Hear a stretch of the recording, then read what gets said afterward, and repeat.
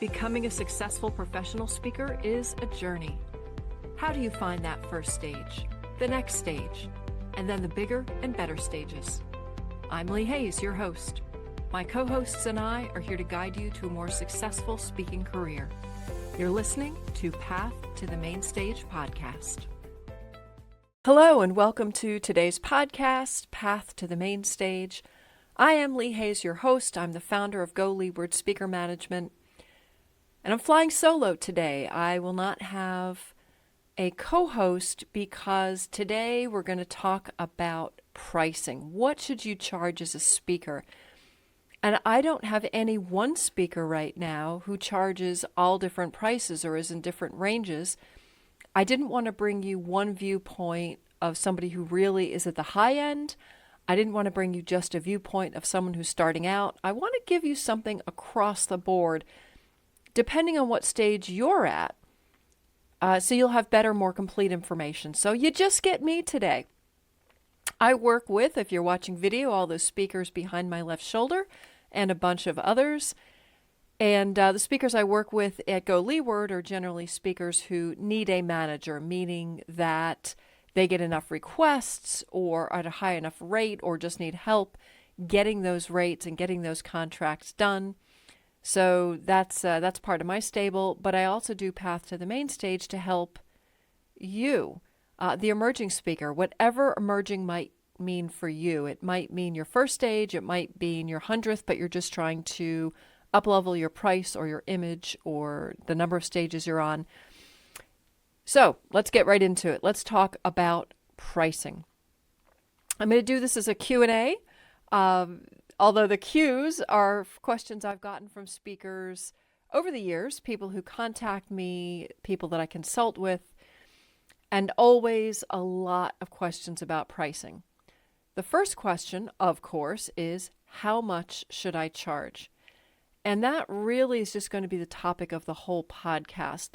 There's no one answer for that, no matter what level you're at. It's not, oh, you're just starting, you should be 500, or oh, you've been at it for 10 years, you should be at 25,000. There are so many dependencies. So I'm going to answer that question by looking at all the dependencies. The first thing I'd like to start with is, should I speak for free? That's another really big question. Should I take a free gig? And the answer is yes. Little hesitation in the voice there. Yes. I'll explain that. So here's my explanation. Years ago, I was invited to be interviewed at an event for speakers. So again, I'm not a speaker, but I'll do interviews. So I was to be interviewed, but I was following the keynote. The keynote was Jeffrey Hayzlett. Jeffrey Hayzlett was the CMO, I think, for Kodak. He was a celebrity guest on The Apprentice for 3 years. He is the chief executive officer for his own company. If you've flown years ago, I used to see his picture in airports all the time because he's really good at branding. He's really good at branding himself, and he's really good at attracting brands. So a little bit about Jeffrey. He's the real deal. And he was the keynote for this event. And his key message, his key takeaway was never speak for free. That's how he ended his keynote. And now here comes Lee Hayes, onto the stage. I sit down to be interviewed by Cindy Ashton. And before she even gets rolling, I said, Cindy, let me just throw this out here. I'm going to contradict your keynote. I'm contradicting Jeffrey Hayzlett. So I thought I'd bring it up now in case you need to throw me off the stage. Jeffrey said, never speak for free. And I'm going to contradict that. And I glance left because the way I'm facing, and I see him standing in the middle of the room. Everyone was seated. I can't remember if he was still in the aisle or at the back of the room, but he's all I could see, standing, arms crossed, just looking straight ahead at me. And I said, Jeffrey said, never speak for free. I'm going to say it's okay to speak for no cash. However, never speak for no value. And I glance back in the audience, and Jeffrey Hayzlett gives me a thumbs up. Phew! So we were on the same page. We were just saying it in a different way. So should you speak for free? Yes, if you're getting value that's adequate for you. What are some things that are going to bring you value? One of those things, especially as an emerging speaker, but certainly not limited to emerging speakers, is the audience, that you get to practice your material in front of an audience. Mike Michalowicz does this. I know at least once a year, I want to say once a year, he speaks for there's a chamber of commerce, maybe within an hour of his office. It's a big chamber, big audience. And each year he goes there and speaks for no cash. But they realize that his keynote is going to be brand new. It's not going to have been in front of audiences before. Now, yes, he's worked it out. He works with a keynote writer. He practices, he writes these things very carefully. But the audience reaction, the way they respond to things, you can't tell until you're in front of an audience. So for no money, but great value, Mike will get in front of this audience and deliver that first keynote. Some of the jokes probably won't land. Some of the key takeaways aren't properly worded, aren't going to land. But that is a very good audience for him because they give him really good, direct, honest feedback, which is hard to get as a speaker, to get honest feedback. Clue, everyone's going to tell you you're great. You're not necessarily that great. But this is an audience that gives him honest feedback, detailed feedback. So that has great value because if he blows it, it's okay. They realize that's what he's there for. So not dollars, but great value. Other bits of value might just be getting known, right? So stages beget stages, meaning the more you speak, the more speaking you will get. Don't speak to an event if it has no value getting you on other stages, if that's your intent. What I often hear from event planners is, oh, we can't afford to pay your speaker. However, there'll be people in the audience who will hire them. My experience has been, if the owner of the event cannot pay you, chances are the people in the audience will not have the money to pay you because they're attracting people like themselves. So if you go to some, hate to say it, women's event, this often happens at women's events where women will say, oh, you're another woman, you should support us, you shouldn't charge us, which I think is BS, by the way. But if they do that, and it's all women in the audience who are also throwing women's events, guess what? They're going to do the same thing. They know that at this event you're not getting paid to speak, so they're going to try to get you to their events to not get paid to speak. And this snowballs. So now you're getting all these audiences of people who don't want to hire you. They just want you to show up. So make sure that if you're going to a stage to get hired to other stages, that you have qualified the audience. Find out who's in that audience. I did just work with a group called Patau, and their audience, they gave me a list, were legitimate business C-suite individuals, people that have the budget in order to pay speakers. So you go there to really showcase. Sometimes bureaus will bring in speakers who they do not pay, but it's a showcase. If this is a bureau, their clients hire speakers, and that's why they have you there. So if a stage will beget other stages, you don't necessarily have to get paid. TEDx, they don't pay. However, they have people in the audience who might hire you, and they get you good video coverage for other people to see to hire you. Which brings me to my next point of value. If you're going to be at an event where they are videotaping you, and it's going to be high quality video, please do ask them for other video they've done. If they're going to sit there with an iPhone in the back taking your image and it looks that way, and usually it's not even, you'll say, oh, my iPhone takes great video. Yes, but how is the sound? If your mic is not hooked up to it, the sound's going to be awful. You will be judged by the quality of your video. But if you're going to be at an event where there's going to be good video, good audio that you can use at your discretion for sizzle reels, for your LinkedIn, for other promotion, that has great value. And it's not just the cost of bringing a crew. Now, maybe you can also do that If you can go to an event where they're not paying, but it's going to be a beautiful stage and you can bring your own videographer, that has great value. Video is very important. So good video might be worth a free event. Other things you might do a free event. If you can get audience names, if you can get people to sign up for your mailing list. First of all, ask the event planner. If I speak for no fee, may I get a copy of your whole list? That's the best way to do it. If they say no, some people are proprietary or they've told their clients they won't sell their list, may you have a QR code at the end that people can sign up for your email. Talkadot is a great app you can use. There's just a QR code at the end. You throw it up there. People click it with their phone. You get their email address, but you also get questions like, do you want to hire me for a speaking event? Do you want to buy my book? Whatever. I think you can customize the questions. But if it's a good size audience and it's the right audience, meaning is this audience your target market? Are these people who you expect will hire you in the future? Now, if you speak to service creatives, all right, dance studios, gym studios, voice coaches, and this free event is for home service industry, plumbers, electrician, roofers. It doesn't matter if you get all their names or not. They're never going to hire you. It's not your target market. So make sure if you're speaking for free that you're speaking in front of people who are likely to hire you in the future. So make sure it's the right audience. Get the names of those people. Can you sell something?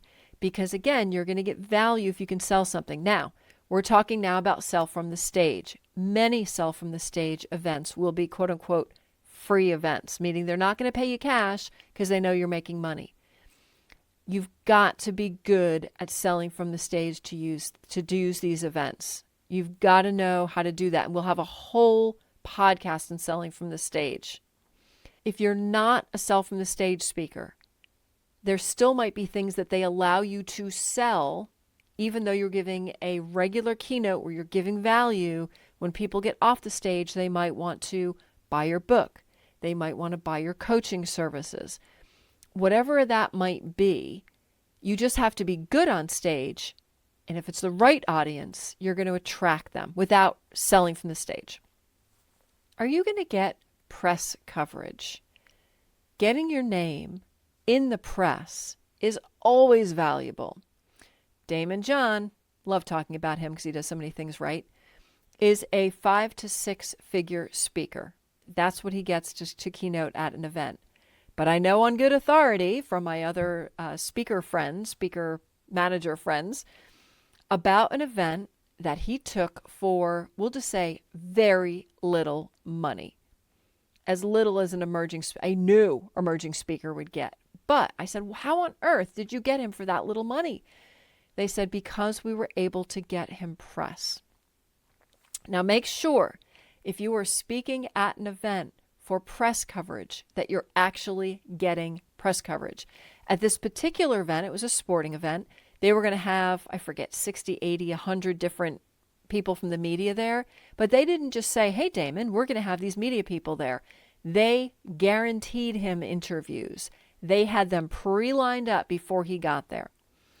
If you're going to speak at an event and the value they're promising you is media, say, okay, who is going to be there and can you guarantee me an interview with them? Get in touch with the media prior to the event so you know you're going to get to talk to them. You know you're going to get time on a camera interview, a radio interview, an article, whatever it is.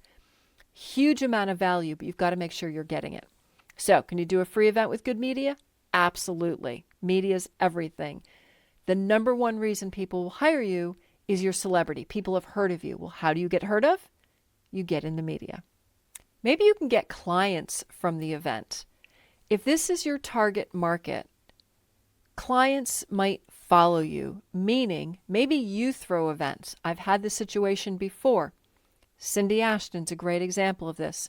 She did an event where they covered travel only. They didn't pay her a fee, so it didn't cost her money, but it cost her time. They covered her travel. But she said, this was my target market, and I knew that. And she had a large number of people from that event sign up to come to her event. So she did make good cash. She sold tickets. So if you're throwing an event, that might be a great way to attract people. You know these are people who go to events. Attract them to come to your event. You might also attract them to follow you, maybe on your podcast, follow your social. If getting your numbers up matters, and it matters, it depends what stage you're at, if it's worth going to an event or not, but are they going to follow you? Do you have a podcast? Will they get on your podcast? Will you be able to get on other people's podcasts? That's another great way to get hired, is being a guest on a podcast. A lot of my speakers do get events that way. So consider all the value. Can you speak for free? Should you speak for free? Yes, as long as you're getting something out of it. Okay, question number 2. Let's go back to that first question of how much should I charge? I'm going to provide an outline. Now, this is very broad strokes, just to get you some ideas to start targeting you into a bucket, and then we're going to keep going and see how to refine that.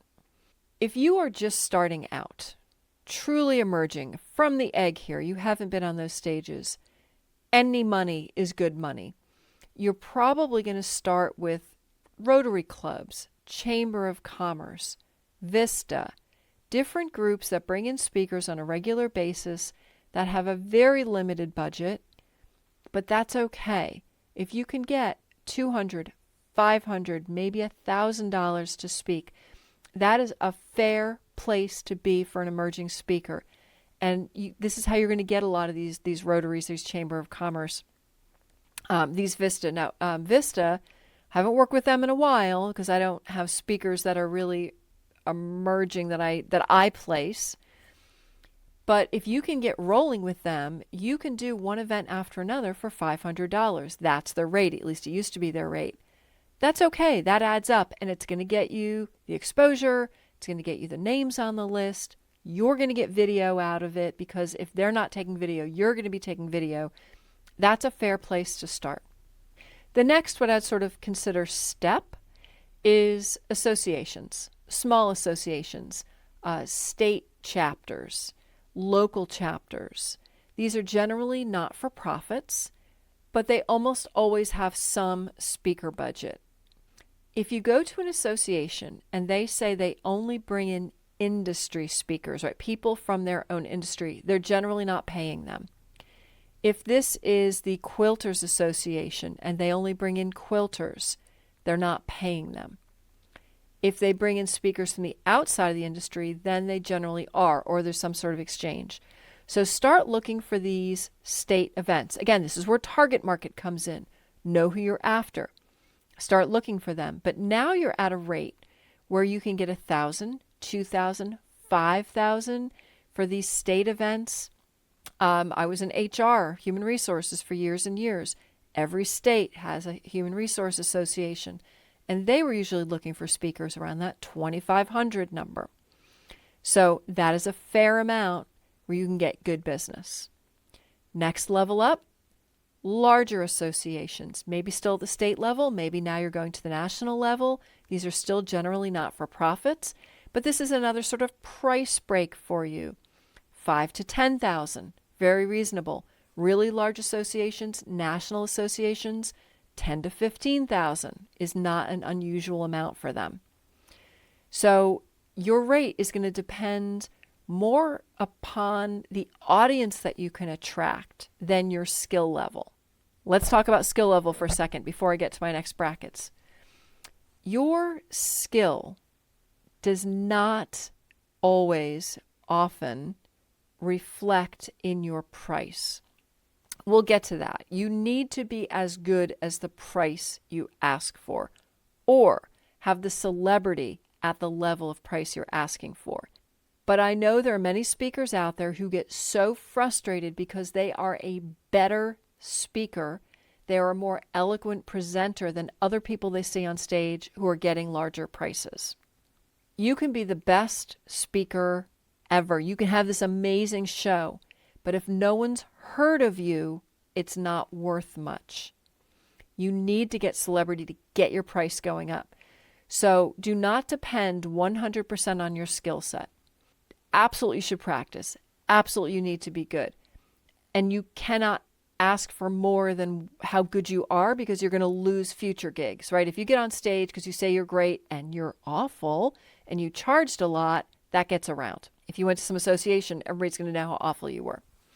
Anyway, let me go back to those brackets. If you are, so now we're going to talk about who you are a little bit more than the audience.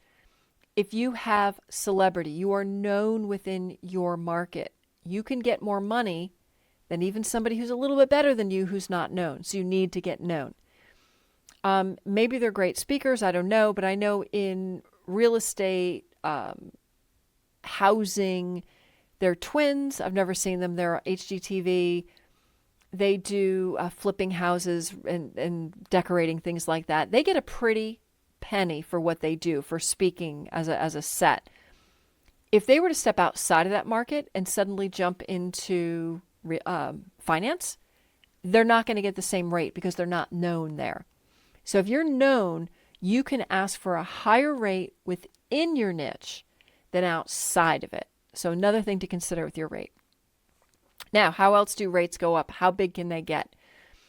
Best-selling authors, done TV, popular podcast, name is beginning to get known.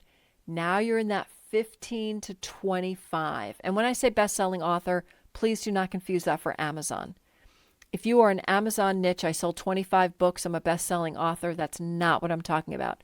I'm talking Wall Street Journal, New York Times, or cumulatively you have sold 50,000 books. Now you can consider yourself a best-selling author as far as pricing goes. And so like I said, 15 to 25.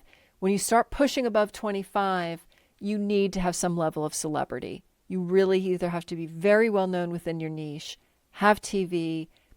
People have to know your name. The kiss of death that I get when I talk to event planners, when I present somebody who I know would be great for them because their content is the right content. They're excellent speakers. The kiss of death is, I've never heard of them. You need to be heard of. To get your price up, you need to have been heard of. So get out there on social, get videos out there, all those things. And again, another podcast will do all about building celebrity. But know that celebrity is going to drive your price. To get the 25 to 50, you really need to have a level of celebrity, significant level of celebrity. Not just I've been on TV, but I've been on the speaker circuit. That people have seen you, heard of you. I've seen them, I want to hire them, and I've heard of them. You can get up there. To get over 50, now you're a legit celebrity. What I mean is you're no longer a niche celebrity. You are a broad level celebrity. You are known by people who haven't seen you before. You've been on network TV or something else that starts having broad appeal. To get over the 100,000, circuit speaker who not only is a celebrity but is also a celebrity within speaking, and then it just goes up from there. If you are a movie star, that's how you're getting into these multiple six-figure digits. Top level athlete, and not even that you're a good athlete, like you need to be top. I work with some really good athletes, and when I say good, Super Bowl winners, grand people who are really key at their sport, but they haven't built a brand. They're only getting 20, 30, somewhere in there. You need a really strong brand as an athlete to get up over that 100,000. But once you've got that strong brand, once you're really, really well known, that's another one, you're high six figures. But let's go back to the emerging folks because you're not starting at six figures. Let's start with 3 and 4 figures, the hundreds and the thousands and the 10,000s. Once you have narrowed down where you think you want to start, give yourself a target price. Look at other speakers who do what you do. That's another thing. Another place to really start is to do research, do the homework. If you are in NSA or another speaker group, find out what people are charging. And here's the really important key thing. Do not ask them what they want to charge. Do not ask them if they say, "Oh, I'm a $10,000 to $20,000 speaker." No. You want to know if they'll tell you what are events actually signing the check for? How much money are they actually giving them? People approach me all the time and tell me I'm a $10,000 speaker, I'm a $20,000 speaker, but they've never gotten that amount. Let's be realistic here. Find out what you're really worth, and then we'll go up from there. But that first price has to make sense. So other people who have similar experience to you, maybe a similar topic, similar skill level, similar level of celebrity, start looking them up and finding how much they're charging so you know what's reasonable, because these are the people you're competing against. When you are going out there, you are not the only speaker that the event planner is looking at. They seldom reach out to one person and find out what they're charging and then just hire them. Event planners will generally reach out to multiple speakers, or at least have multiple speakers in mind. So you need to know where is that so that you're not pricing yourself out. Find that number. Maybe that number is 2,500. Great. Let's start there. And if your number is 5,000 or 10,000, whatever, think about that number.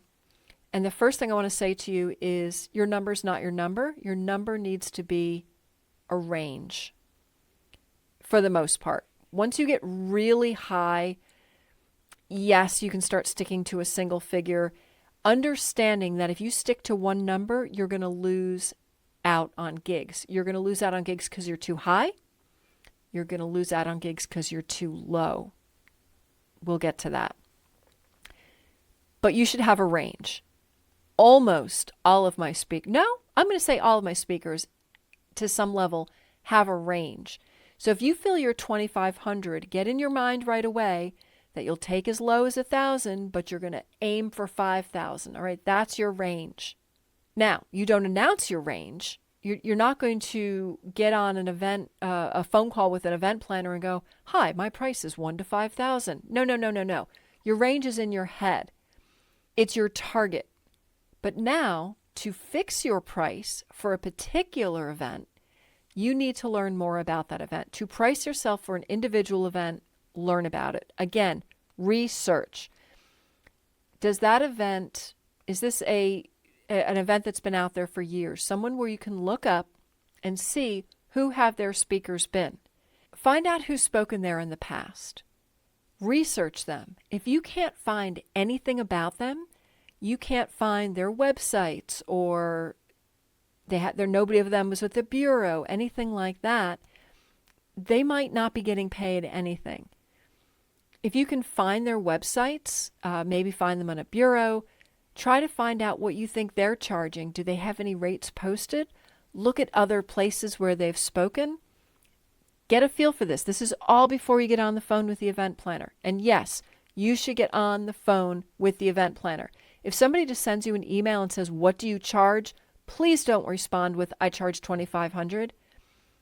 Respond with, "I'd like to hear more about your event," and then, understanding what you're looking for, I can tell you what I charge. I get on the phone with people who reach out for my speakers 95% of the time. If they're only looking for a price, they're not a decision maker, or that's the only thing they're looking for. Always get on the phone with them. And get on the phone. Don't just email.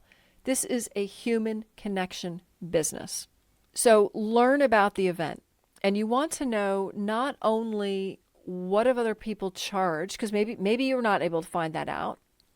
Maybe these are speakers who, at the level they are, you can't find their speaking rates online. Try to find out how many people go to the event. Is there a group picture where you see the audience? Is it 50 people? Is it 500?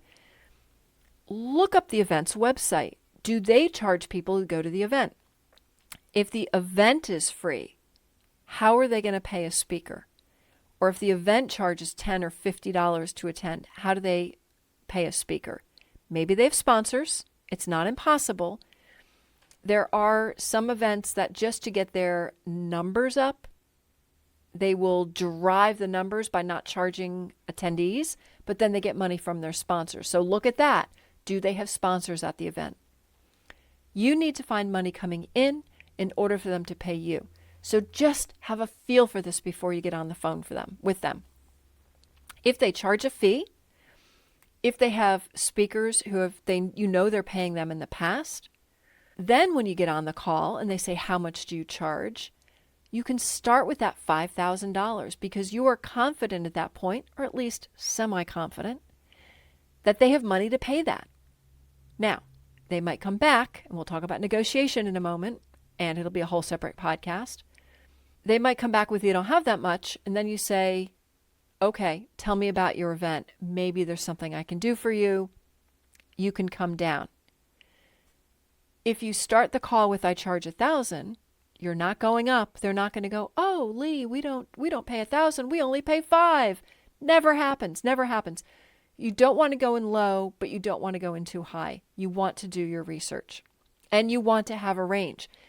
If this is an audience, again, remember, you're seeking value.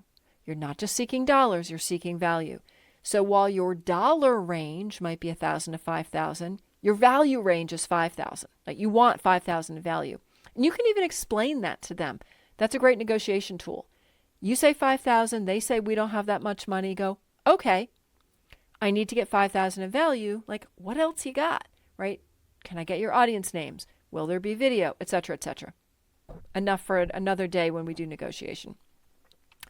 But a range will go a long way to you getting more events than if you just go in at a flat price. I charge $5,000. We don't have that much. Goodbye. Or just sending an email out. How much do you charge? I charge $5,000. Well, it's not in the range. You never hear back from them. Talk to them. Research.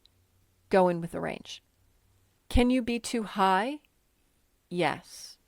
Sometimes you quote an amount, and that will be the end of the conversation because you intimidate them, and then they'll say that they don't want to insult you by charging or by paying less. And I think, because the mindset is, if we pay you less, you're going to bring less. So occasionally you'll go in too high, and you're going to lose the gig. Or, you know what? You're at a point right now, maybe your range is $5,000 to $15,000, and you go in at whatever, and they say we have $2,500, and there's no value there, and you just don't want it. You stick at that price, you're going to lose gigs because your price is too high, but that's okay, because then it wasn't the right gig for you. You can lose gigs by going too low. Here's the question, Lee. What if I charge less? Can I get more gigs by charging less than other people do? I often get that question. Should I undercut my competition? The only time I feel that undercutting your competition works is if that's all the event has to spend. If they have a $2,500 budget, your competition, your other speakers that they're interviewing go in at $5,000, you're willing to take $2,500, you come in at $2,500, guess what? By default, you're going to get it because you're all they can afford. But I have found that undercutting is not, it's not a really good way to get gigs by just trying to get less, just by charging less than other people. That's like always charging a sale price. How are you going to get a higher level of clientele if you're always cutting your prices? If you're selling a product, right, it's always on sale, well, then your actual price is not your actual price. It's a fake price. If you're always undercutting, well, you know what, just lower your range. Because if you say you're a $10,000 speaker and you're always quoting $2,500 and going in at $2,500, guess what? You're a $2,500 speaker. There's nothing wrong with that, but get it out of your mind that you're a $10,000 speaker. Undercutting is not a great way to go in. You can be too low. I've had this happen. So there was an event where I was pitching speakers, and I know that the speakers they were looking at were $30,000 to $50,000 speakers. I knew I had a great speaker who would fit their topic, who had the skill set. He would have been a great speaker for them. He was at the time a $15,000 speaker, and I went in at $15,000. That was his rate. I figured this is a shoo-in. Like, I was so proud I was going to nail this event for them because they're looking at 30 to 50. I come in at 15. Woohoo! They're going to see the value. They're going to nab him. Everyone's going to be happy. That didn't happen. I came in and said 15, and the response was, oh, 15? We thought he was a better speaker than that. We're looking for a $30,000 speaker. Could I have gone in at 30? Maybe. But I'm going to circle back to what I was talking about at the beginning of this podcast, which is you have to be worth the price you charge. You need a range. And your top end shouldn't be infinitely high, because if you don't bring it at that level, that's going to really hurt you. That'll be a one and done. You're going to crumble. Charge the most you can. Charge the most you're worth, understanding that not every event is going to be the right event for you. If you're looking at an event and you know their budget's 30 to 50 and you are not a $30 to $50,000 speaker, maybe it's not the right event for you. With this particular speaker that I've pitched him, hindsight being 20/20, I think I would have pitched him at 20, because that was his top value, right? Without me pitching a speaker that wasn't worth what I said he was worth, because I don't want to crush my business either by pitching speakers that are not worth the amount of money I'm asking for them. So that's the long way of saying stay within your range. You always want to push that upper limit, but you don't want to push beyond the value that you are bringing to the event. You don't want to undercut. You don't want to overcut. Know what your range is. How do you find out what the budget is? There's a good question. I never go in and say, what is your budget? I know there are speakers who do that. I have never had luck with that. I don't recommend it. You're putting people on the defensive. Have you ever gone to buy a car and you walk onto the lot and the salesman materialize from nowhere and come bolting over to you and go, hey, how you doing today? What are you looking to spend on a car? They see a walking wallet. And if you, it's, oh my gosh, it makes me so uncomfortable. I can't stand buying cars, because that's the question. What are you looking to spend? Well, I'm not looking to spend anything. I'm looking to buy a car that I can afford, that I'm going to love. Event planners are looking to buy a speaker who's going to solve everything they want to solve, which is putting butts in seats, which is bringing great education, which is entertaining, whatever it might be. But if you look at them as a wallet and not as a partner, that's very off-putting too. So on rare occasion, I've come out and said, okay, I need to know, what is your budget? And I can feel the pushback in the room, right? You feel that immediate discomfort when you ask that question.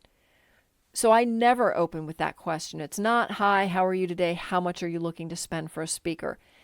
It's, tell me about your event. I want to understand more about the event so I can pitch the right speaker to you. Or if they're looking for a particular speaker, I want to know that speaker is going to be a fit for you. Tell me about your event. Now, they're saying what's important to them, but I am translating that into dollars for me. We're going to have 1,500 people. 1,500, great audience. Do you have multi-levels of tickets? Yes, we do. We have a VIP that spends $1,000. Our regular tickets are only $100. Oh, really? How many VIPs do you have? We bring in 100 VIPs. Click, click, click, click, right? Your mind is going now. 100 times 1,000. That's part of their money. But they have 1,500 people. So now it's 1,400 people at $100. So you've got immediately a number in your head about how much money they're bringing in. They're probably not going to use all that money to spend on a speaker, but they're going to spend a portion of it.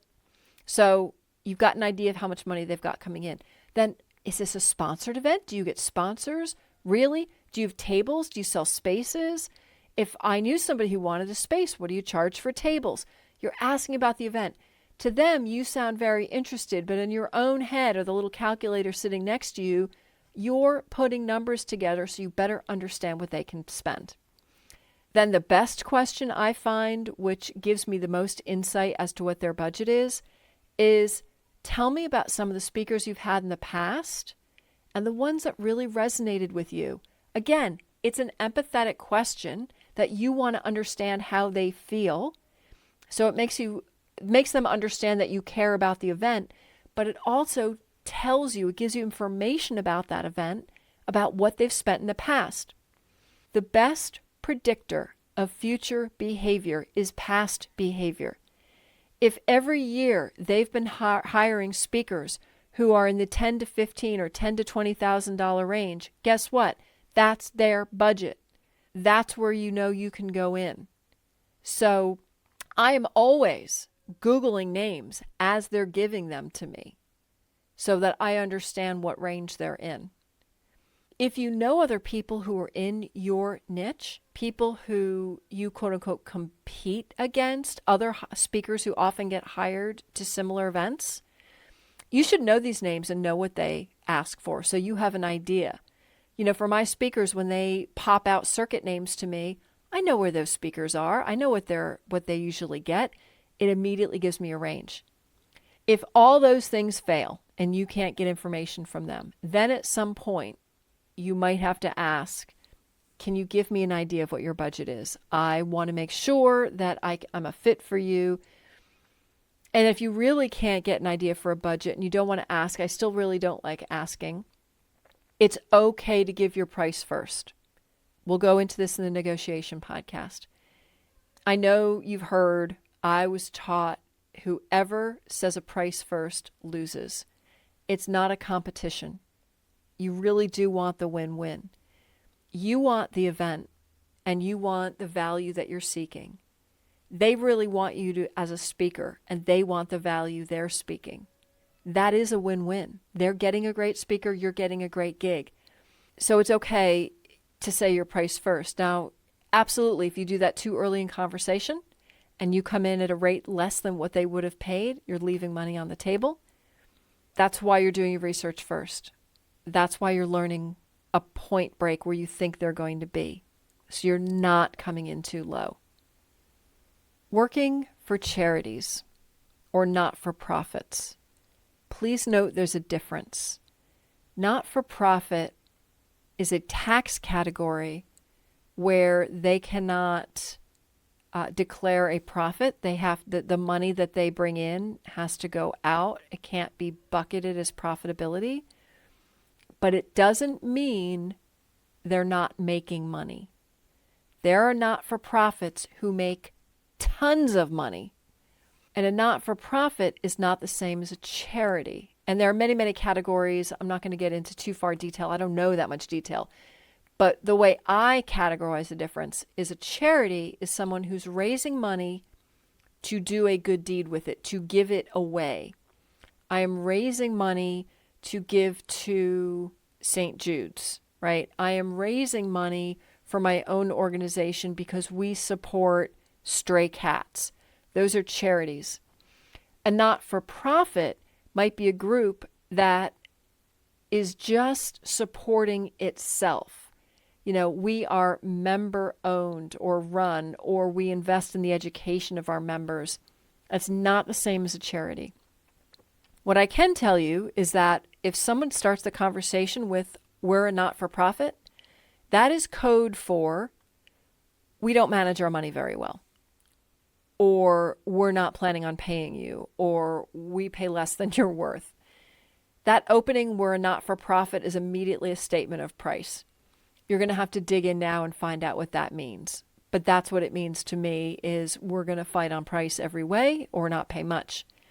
It doesn't mean there's no value there. A not-for-profit can be very valuable to speakers. I'm just saying that when you hear that statement off the bat, I'm just saying when you get that statement right off the bat, that they're telling you that there's going to be a money fight. But a not-for-profit is not the only place you're going to find a money fight. The value of a corporation is not congruent with the amount they pay speakers. Yes, when you are working with a multi-billion dollar corporation, they have money somewhere. It doesn't mean they're going to spend it on you. So don't target big corporate just because you think that's where the big dollars are. They're not necessarily there. Many times in big corporate, you're not speaking for the whole company. If you are speaking for the whole company, you might find a little more budget. You're often speaking for a department or a division within the corporation. They have their own budget. The corporate budget for a speaker for their annual event might be $100,000. But the sales team might have a $10,000 budget because somebody else controls that money. Big corporate has silos and people stay in their lane. I can't spend somebody else's budget. Understand what portion of the company or how big the department is the company that wants you to speak. It also doesn't necessarily mean that if you get into one department, it's going to get you into other departments. If I go and speak to the HR department, it doesn't suddenly mean that manufacturing is going to bring me in. I have worked with big corporations that have dropped $100,000 on speakers. I've also worked with big corporations that have had very tiny budgets. And the same corporations that have had a range of budgets depending on what part I was talking to. I've dealt with Gulfstream many times. And Gulfstream, my goodness, those planes, I think a single glass on one of those jets is probably worth more than how much they're willing to spend for a speaker for one of their events. So you can't judge a fee by the size of the corporation. You might want to get into corporate for other reasons. I have had speakers that have gotten corporate gigs that then get consulting out of it. So that's the value of getting in. Understand why you're getting in, and then you'll better understand the value of that corporate gig. We'll spend a whole podcast on corporations. They have their own challenges. Because everything is so siloed, it can be very frustrating for an emerging speaker to deal with. But if you know how to deal with them, it's not as bad. It's just a process. One more group I want to talk about, and this is the group that I've had the most, let's say the most luck with, where the most money is. These are private membership groups.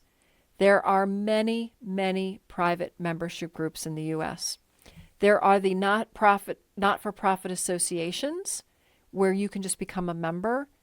And then there are these private groups who either invite members or you have to apply to be a member. They're not open to anybody. And usually the fee to get into those groups is much higher. But they charge a much higher fee because they bring more value, because they bring in higher end speakers. So it all rolls. And they exist in everywhere. They're from real estate to finance to sales to individual groups for a specific type of business will have these private membership groups. Once you are very niched or niched, for those of you who say niche, if you can really target in on a particular group that you feel is good for you, start looking for private membership groups within that niche. That's where you're going to be able to command the best price once you are known. So those will be top dollars. Phew. Okay, moving on. Another question I get is, how do I raise my price? I'm speaking, I'm getting 10,000. How do I raise my price to the next level? Again, this is a topic so interesting that different people approach it different ways. I can tell you a few ways some of my speakers have approached it. One is, and I think this is an NSA thing. If I'm wrong, please feel free to ping me, tell me I'm wrong. But when I was there years ago, at one of their meetings, what one of the people told me is, oh, you have to raise your price a certain amount each year. You know, if you're a speaker for 10 years, every year you should increase your price by 10%, or every year you should increase your price by $1,000. Maybe that's still the case. Maybe it's not. It's one way of thinking. I completely disagree with that particular one. I do not think that existing is ever a reason to raise your price. I can't raise my price because I've decided I want more money, but there's nothing behind that. Or I've been speaking for 10 years, I deserve more. Or every year I'm going to raise my price 10%. You have to have a good reason to raise your price. Here are reasons to raise your price. You're not charging enough because you're always coming in low on budget. You're speaking at events and at a level where they're willing to spend more for the speaker, and you're the speaker they want, and you're not maximizing the amount that you should be charging. Other speakers are getting $5,000, you're getting $2,500 for the event, and you are as good and as qualified as they are. Your price is too low. Pop it right up to $5,000. You've just doubled your rate because that's what you deserve. You have become better. All right. Now, becoming better is not just, I've been doing this for 10 years, I'm better. Are you quantifiably or qualitatively better? You have taken lessons, right? You took a program. You took something like heroic public speaking where you have become more masterful as a speaker. You deserve more money because you're better. You're bringing more value than other speakers are. But the biggest reason, the number one reason that you can raise your price is supply and demand. That's it. Economics 101. If you can say no to gigs because you have other gigs to do, you can absolutely raise your price. That's when I raise my speaker's price always, is when they have multiple requests coming in. You go with the best request and you just raised your price. If you have 2 gigs for the same date and one of them you feel has a budget around $5,000 and one of them has a budget around $10,000, you tell them both 10. You go to the higher rate, and guess what? The one who has that money is going to hire you. The other one won't. You've effectively said no to them, but you've also effectively just raised your rate. So make sure that you're maximizing. If you can say no, if you have lots of requests coming in, you can raise your rate.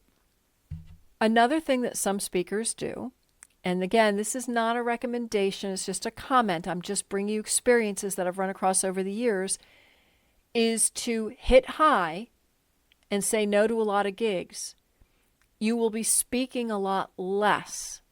You will be speaking less frequently. However, you'll get more per gig, right? This is the economic X. If you raise your rate, you're going to speak less. If you lower your rate, you might speak more if you're actually turning gigs down because of a higher rate. And you've got to decide, where do you want to maximize? Danny Deutsch, years ago, one of my clients asked if I could get him as a speaker. So I went to his agent. I don't know if he's speaking anymore, but his agent at the time, again, this is 9 years ago, 10 years ago, said his rate at the time was $80,000 and he only flew private, which at the time was $80,000. So he was charging $160,000, $80,000 for a private plane, $80,000 going into his pocket.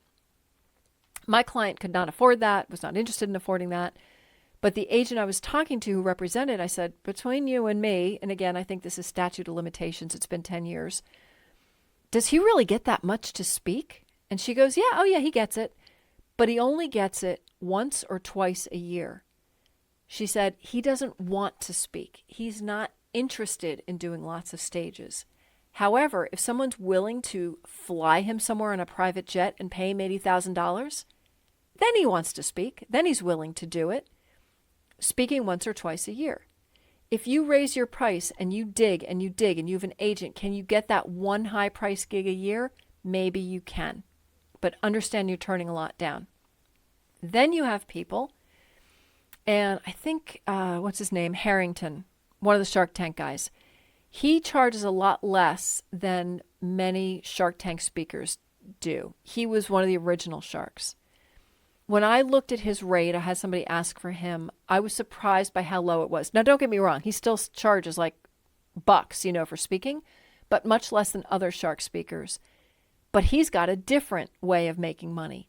He does a lot of speaking. He is active. He is out there. He is pushing that. He is doing branding. He does marketing for people. He does speaking. He's out there a lot. He makes a lot. If you're willing to speak at a lower amount and dig, you're going to get a lot more speaking events than if you speak at a higher amount and hit the same number of events. So consider when you set your price, do you want to get out there and be a speaker and really get momentum and do a lot of speaking, which is what I recommend, or are you going to charge a lot more and just hope and work and try to get that 1 gig a year? Some other questions that I get. How much should I charge for travel? Because I was just talking about that private jet. No, you cannot be asking for a private jet. Unless you are a celebrity, forget about it. No one's going to be paying that kind of money. Celebrities and very, very prolific speakers often need private jets to get where they're going. Nowadays, travel is very difficult. It's very slow and arduous for a speaker who is a celebrity to get through an airport, right? Because everyone's talking to them, approaching them, pictures. It's just much easier and quicker for them to get on a private jet to get where they need to go. Also, a lot of event planners who do private jets are willing to do that for a celebrity because they need to get them back and forth to LA in one day. And that's the only way you're going to be able to do it. You just can't fly back and forth commercial because there's so much waiting at the airport. But unless you're that celebrity, you're not getting a private jet. So how to look at what to charge for travel. First of all, flat fee. If you can possibly go with a flat fee, go with a flat fee. Itemizing is a pain for you. It's a pain for the event planner. You have to deal with receipts. They have to deal with receipts. And quite frankly, they're not probably saving much money. Years ago, I had a speaker who at the time we were charging $1,500 as a flat fee. That was sort of the industry average. If you want to know, nowadays the industry average is around $2,500 or 10% of your speaking fee. That's sort of what we look at. He was charging $1,500, and this, I guess, he was talking to the client instead of me, which is a whole nother conversation. That he decided to go around a speaking agent, and he said, "Lee, I was talking to the event planner, and I told them that we would charge actual travel and actual travel and accommodation and meals, etc., instead of a flat fee, because I feel like $1,500 is ripping them off. $1,500 was reasonable. That's why it was the industry average." But this time, because he had agreed to it, I handled receipts. There were receipts for meals, for taxis at the time, for airport, for parking, for mileage. And then the real killer was he went out to dinner with the client. So then I had to get the receipts and figure out how much was his meal. Plus, many groups will not pay for alcohol. So I had to see if I had his meal to reduce the beer that he had. We went through all of this. Oh, and then the flights and all the charges that they normally would have been covered by a flat fee. It came to just over $1,800. It was not a happy client. And I cannot recall at this point if we actually charged the $1,800 or if we had to backtrack and say, "We're sorry, we won't charge an actual fee. We'll charge $1,500 because that's our flat fee." When you charge a flat fee, there will be times when it's not quite enough. There will be times when it's a little bit more because you're being very careful about your travel. But it will reduce your headaches tremendously. It will reduce the number of invoices you have to submit. It will reduce your headache for your client. Put that up front. It will also help you in some cases. Big corporations require itemized fees because they now have to make that itemization match with their corporate policy. I had this issue with BMW that I had a speaker who bought food and then I had to match their receipts with their corporate policy. So it couldn't be more than, I forget, $15 for breakfast, $20 for lunch, $30 for dinner. Well, it turns out he wasn't eating lunch because he wouldn't eat during the day when he was speaking. But if dinner was $40, it still wouldn't cover it because that was dinner. Oh my gosh, it would have been so much easier if it was just even a flat fee for the meals for the day. But that's against their corporate policy. So what I recommend is if you charge $15,000 to speak, $1,500 flat fee, and you work with a corporation that says, okay, we can't do a flat fee, it has to be itemized, then you say, you know what? I charge $16,500 for speaking and nothing for travel. You just put it in your speaker fee, you're getting the amount, and then you don't have to worry about the itemization, which is going to be a pain and take up a lot of your time. For some reason, some speakers don't like to do that because then now they feel like somehow they're being ripped off. You're just moving that money into another line. Have your finance person do it. But that's what I recommend when somebody insists on itemization. What should your flat fee be? That's a question. Like I said, $2,500, sort of an industry average now for domestic travel within the U.S. If you are on your own coast, if you're flying from New York to Orlando, that's very inexpensive. If you're going New York to Chicago, very inexpensive. You might be able to charge the $1,500 versus the $2,500. If you're going coast to coast, you're probably going to be $2,500 or more. If you're going internationally traveling, then either figure out a specific flat fee ahead of time because you've done your research, you figure out what are the flights going to be, what is the ground transportation going to be, and then say, we're charging $10,000. Figure that out. But your international is not going to look anything like your domestic flights. Some other quick thoughts before we go. I see this podcast is getting a little long, but pricing is so important. One of those is webinars and virtual. Webinars you can charge for, you can do your own, you can do others. Virtual events, you might be doing a keynote like this where you're just on screen, or you can do it on stage or whatnot. Again, different philosophies for virtual. I know many, many speakers who charge less for virtual than they do for in-person. I know some speakers who charge the same amount for virtual that they charge for in-person. My personal thought is you should charge less because why not? It's an easy gig, right? You don't even have to take your slippers off to do a virtual presentation. You don't have to travel. You don't have to worry about hotels and meals and flights and all these things. Yes, your keynote is still bringing the same value, and that's the argument I hear from speakers who just charge just as much. But I feel like why not take the easy gig? Yes, you're bringing as much value, but you're reducing the stress on yourself. Why not? So with my speakers, for the most part, they charge 50% of their regular speaking fee for virtual. Okay, I'm going to leave you with one story, and that is a burger, a buck, and a truck. So when Mike Michalowicz started out, those were my flying orders, was a burger, a buck, and a truck. He wanted a buck because he wanted the audience or the event to pay something for him to understand they were getting value. And again, I agree, yes, you can speak for free, but there has to be an exchange. You have to get value. And even if you know what the value is, you need to tell the client what the value is. Don't say, yes, I'll do it for free, because secretly you know you're doing it for the experience or whatnot, or you're secretly doing it for the video because I mentioned that. You tell them, I'm not charging you for this event, but here's what you are doing for me. I am going to get a list from you. I am going to get video from you. So while it seems free to you, I am getting value. Make sure they know that. The other thing, so he wanted the dollar, and that's not an actual dollar, maybe it was $100. It was something. He wanted them to pay something so that they had skin in the game. They understood that this was not a freebie. So that was the buck. Then he wanted the truck. The truck meant travel. The event could not cost him money. So even if you do free events, make sure it's not costing you money. Again, unless the value you're getting is even covering that.